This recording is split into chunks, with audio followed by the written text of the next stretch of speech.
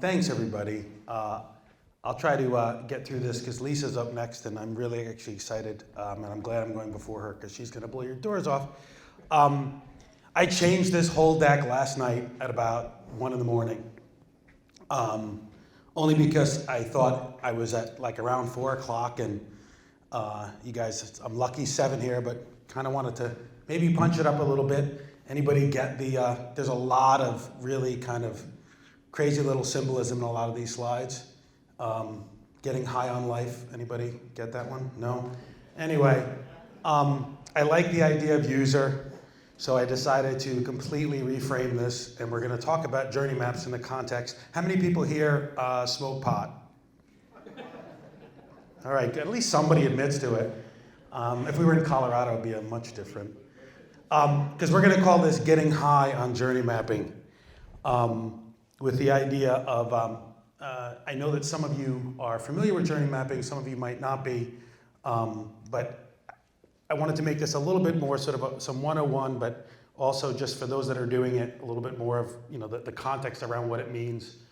And again, for those of you that live in New Jersey, you should understand the reference here. Journey maps are really helping elevate what we do as user experience practitioners. It's really getting us to sea level. I think that's a really important takeaway that I want to get out there.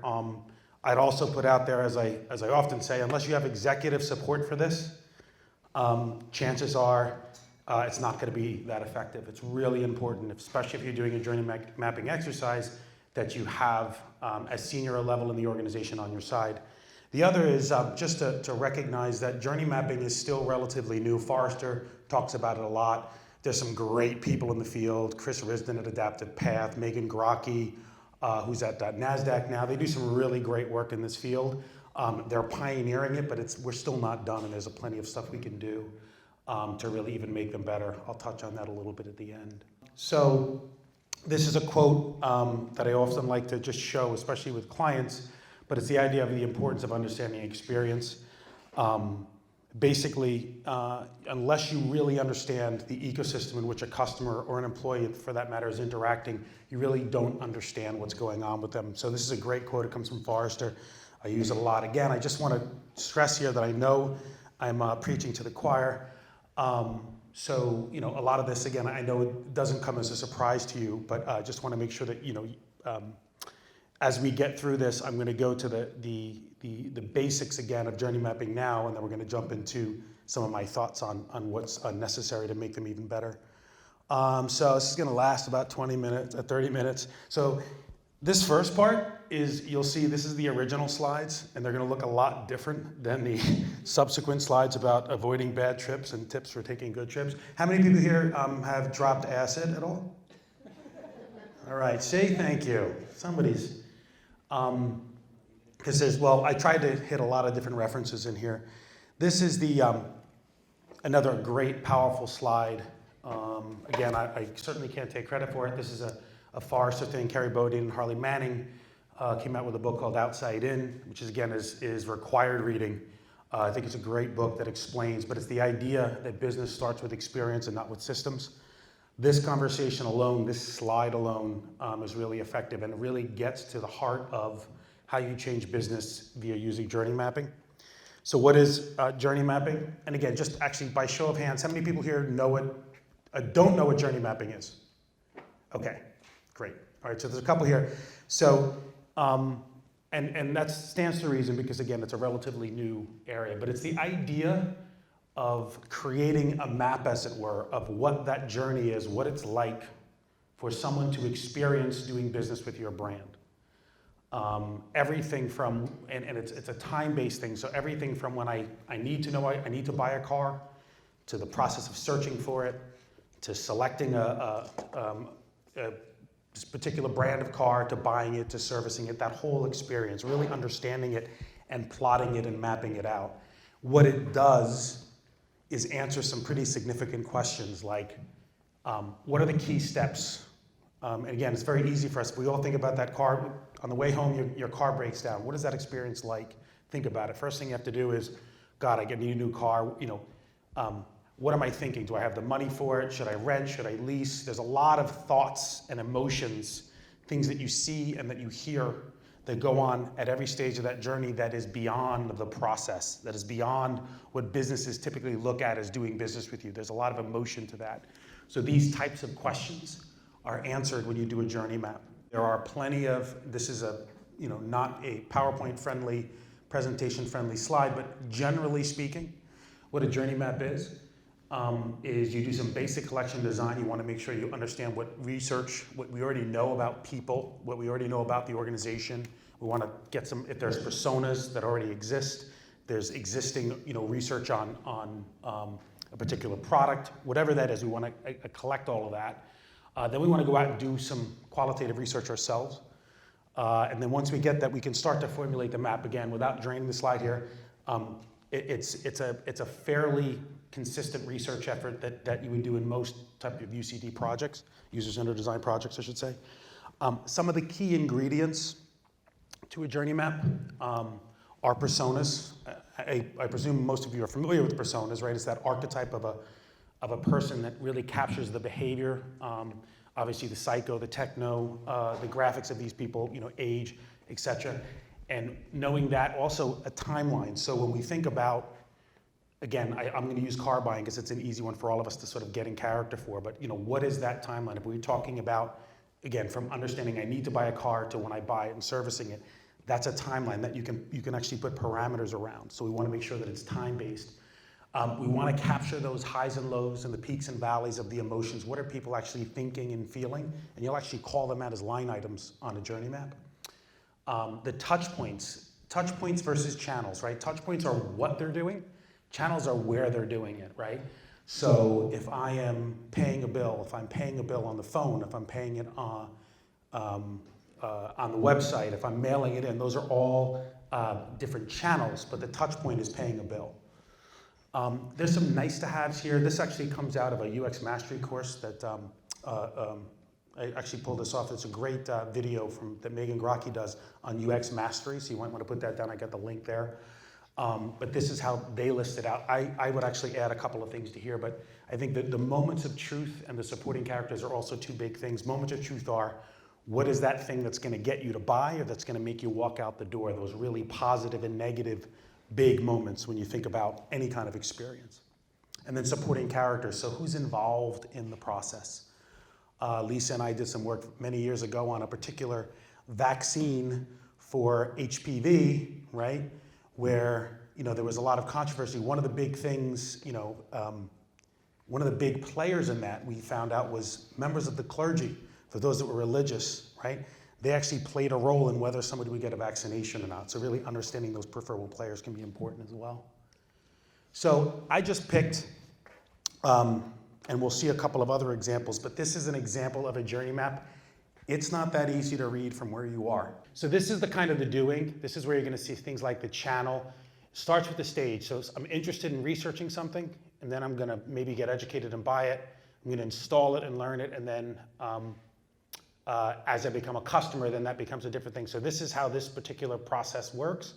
This also captures thinking, feeling, using. So these are the tools that they're using to find this out. So when you think of thinking, can I save money? Why would I do this? These are the types of things, these very simple, basic concepts in a journey that sometimes just get lost because it all becomes about the process. So with that, I'm going to get through these, through some others examples of journey maps. But so this is where I changed the deck last night because a lot of stuff can go wrong with journey maps. So this is avoiding bad trips. I saw this and I said somebody was having a really bad trip with that picture. So this is sometimes how I feel. There's a lot of journey mapping. Lots of folks are selling now and talking about, and quite frankly, fetishizing that it's a really cool thing and it's great. And I'm not taking anything away from it, but I think that there's a lot of problems along the way. There's some warning labels that I would put up. And they really come down to 3 at this point. 1 is complexity, 2 is governance, and 3 is what I call shiny trinket syndrome noise, which means agencies and all these people coming up and getting all excited about it and getting it wrong because they have no idea what a journey map is, but everybody else is doing it, so now they're all experts on it. So let's talk about that a little bit. I'm going to show you a journey map here, which is actually one that I did with my company. It is, I think to date, I have never seen a journey map larger than this one. It is 269 steps to even be able to read it. You can't even read it here. It literally is about, I think we said 8, but it's actually more like 16 feet long just to be able to read it. This is complex. Is it comprehensive? Absolutely. Are there nuggets of love and wisdom in there? Absolutely. Is it effective? Maybe not so much. Why? Because it looks like that. Okay? So one of the problems that we have with journey mapping is that it should be, generally speaking, something that helps an organization kind of see a big picture. I'll talk about some of the kind of the best practices, but we get a little bit caught up with all of the things you can add to it and festooning more and more and more on, and then it becomes like this. This became more of a process flow than it really did a journey map. Okay? So what I wanted to do is get a little bit of, this is, Animal House. So I'm going to ask, we're going to take a little a show of hand voting, and just literally just to keep you active, there's going to be thumbs up and thumbs down. I'm going to show you just pictures of journey maps, 7 of them to be exact. See which of these journey maps you think kind of, you can look at it and already you can see sort of what it is and does. Okay, first one. Okay, I got down, down, lots of down, okay? Why? Too much stuff, right? A lot of text. Too much variety, too. Too much variety, right? It's kind of all over, right? Okay. What about this one? Got different personas, which is good. Kind of different stages. Anyone? All right. Got some thumbs up, thumbs down. All right, again, we're not gonna, we don't have the time to go in through, but I wanna just kind of give you some different flavors. What about this one? Yeah? Anybody see, this is a car buying experience, by the way. You guys haven't figured that one out? Right? All right. This is probably the most famous one. I think Chris Risden did this one, but this one came out of, this is, if you search journey mapping online, this one, the national, the Rail Europe experience map, I don't know, for whatever reason, has just become the de facto. You'll see a lot of permutations of this one. Any thoughts? Up, down, good? I mean, this is considered sort of the, I won't say the gold standard, but it's really considered sort of the sort of standard version of a journey map. But this one, it's as is. And I can say this one because I did this one. So actually, I will not take credit. My company did this one. I was involved in the process. But so some of the stuff, by the way, some of the stuff, 3 of these are actually 2 of these I think are from my company. And again, not saying any of them are good or bad. Here's one from Lego. Anybody seen this one before? Yeah?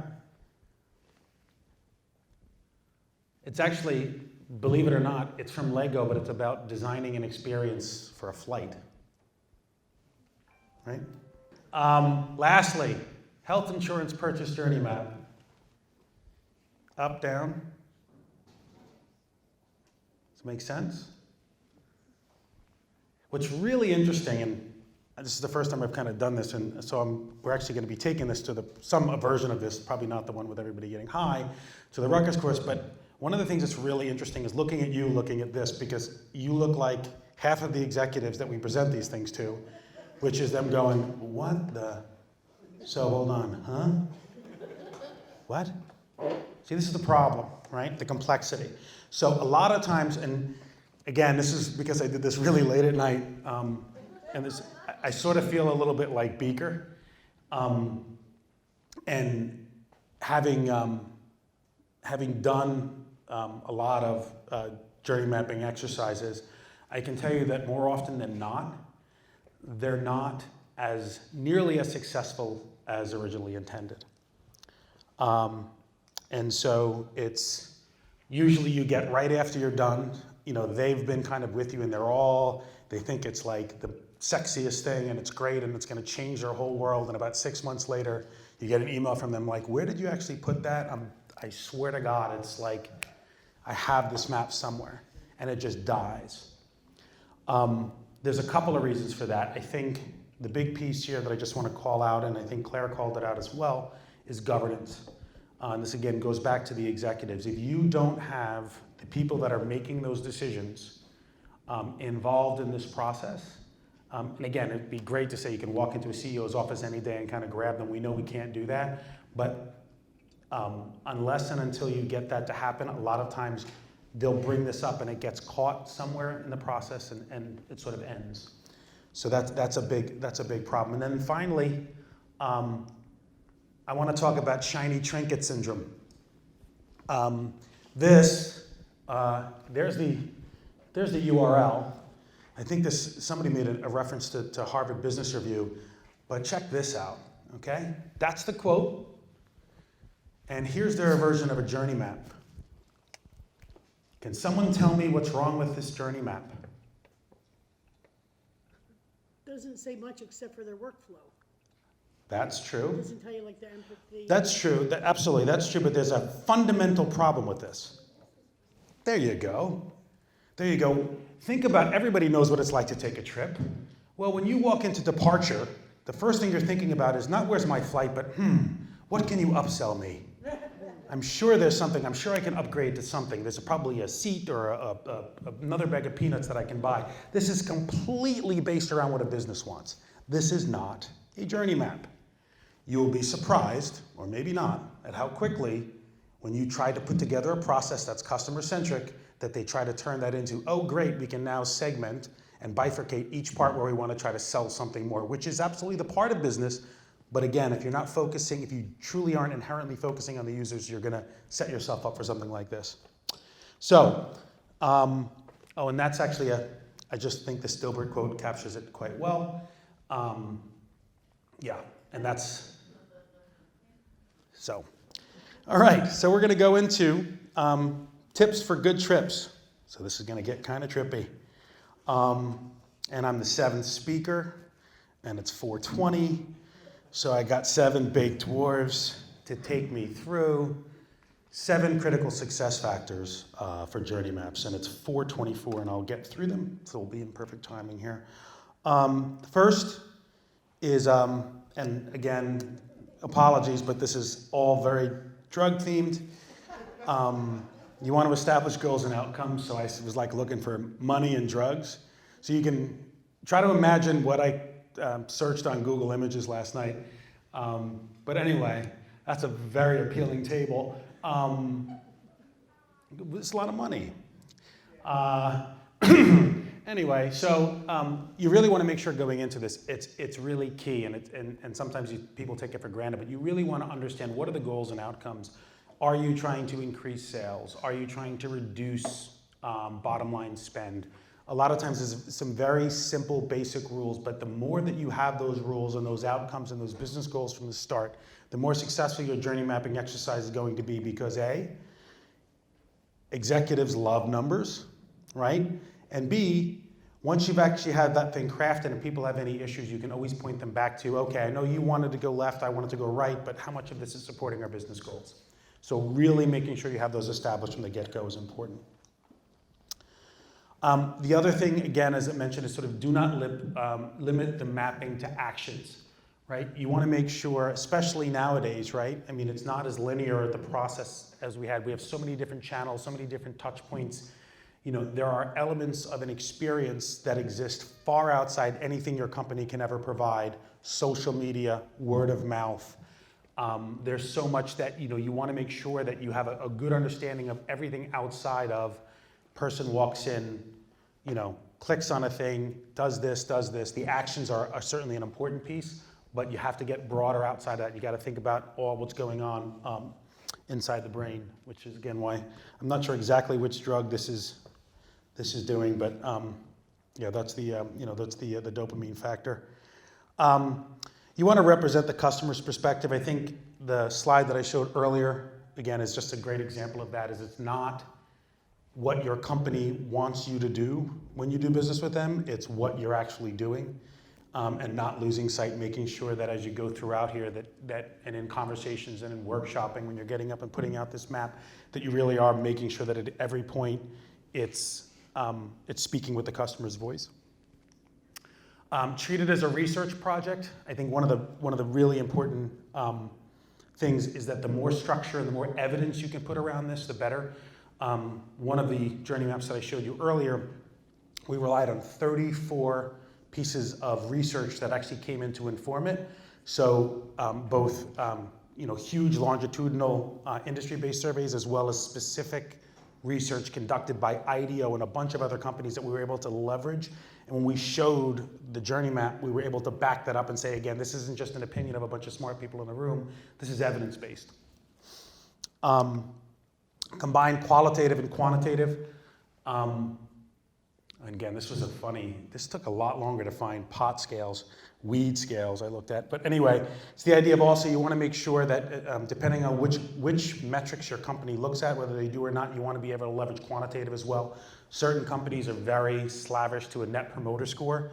I've got very mixed feelings about that, but if that's what they're looking at and you can actually grab some of those elements and include them here, you're going to get data to support beyond the qualitative, beyond the interviews, to the research that'll actually help make your case and build support. Build to communicate. Again, I think this goes back to that idea of the complexity. These should be journey maps. Again, they're all shapes and sizes. There's no one form, but really, sometimes I would go in and I would literally say, you have to take 2 things off of that. What would you take? Just randomly assigning 2, and that just forcing a design constraint on folks, because we do really want to make sure this is something that's visual and a true visual communication medium. Anybody know what that is, by the way? That is 4 trips of acid with Banksy. So, and then Banksy's a good communicator. So anyway, it was late. I was really tired. Finally, let's go back to the big one, which is executive ownership and governance. And I just kind of keep going back to this, is you really want to make sure you even need to be comfortable to say, if we're going to be doing this with some middle manager that's really psyched about it, that if we can't get them engaged, if we can't get that person to get us engaged with those at the higher level, you're really throwing good money after bad. And even more important is that when you do deliver it, is there a plan to do something afterward? Because a lot of times that just doesn't happen. I've got about a minute left. So remember, journey maps will help elevate you to the C-level. Without serious executive buy-in, you will be the crumbs came. Setting yourself up for disappointment. No one's cracked the code yet. But if I can leave you with some parting thoughts on where I think it's going, it would be, and I looked for sort of future drug use, and that's what came out. So I don't even know what that is, but it looked kind of cool. There's 3 things I see. One is interactive maps, which I'm working at now, is basically making, if you think of Tableau, ClickView, and other interactive software, but actually making it something that's not just a picture and a poster, something you can actually interact with and do forensic analysis immediately based on diving into specific elements of the map. Second would be direct line of sight to PMO, when we actually have a journey map that is actually powering business decisions, project budgets, etc. And I think that's slowly starting to happen. That's going to be really important for us. And finally, true company-wide communication, meaning that where the journey map should live. Personally, to me, the best place for a journey map is behind the CEO's desk. But when it is considered, when everybody can walk into a room like this in Infragistics, see a journey map on the wall and point and say, that's the part of the experience that I'm responsible for, and I understand what happens before and after, above and below, I think that's where it's going to be really successful. So that's it. So thanks, man.